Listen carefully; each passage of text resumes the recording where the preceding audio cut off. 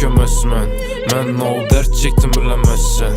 Ailəm yığılsa güləməzmən. Ey sən hələ özün yandosa məzsən. Faydam deyməsə ökəməzmən. Mən o dərd çəkdim biləməzsən. Ailəm yığılsa güləməzmən. Ey sən hələ özün yandosa məzsən. Bizə də aylanadı kətdə barot. Həmmə danışımız hər pavarotda. Hoşun dətmidi onu karnı doktan. Nao etsək etdik gəldik bizə yoktan. Şərdə başlanadı hayat 2'de. Bir gün Malibu'da, bir gün Kovult, bir gün Nikki'de.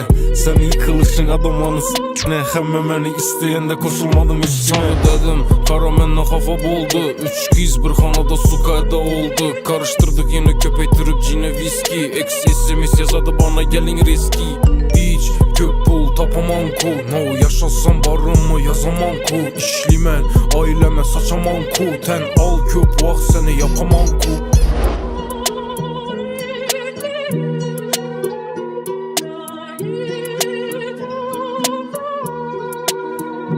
Faydam deyməsə ökəməzmən. Mən o dərd çəkdim biləməzsən. Ailəm yığılsa güləməzmən. Ey sən hələ özün yandosa məzsən. Faydam deyməsə ökəməzmən. Mən o dərd çəkdim biləməzsən. Ailəm yığılsa güləməzmən. Ey sən hələ özün yandosa məzsən. Faydam deyməsə ökəməzmən. Mən o dərd çəkdim biləməzsən. Ailəm yığılsa güləməzmən. Ey sən hələ özün yandosa məzsən.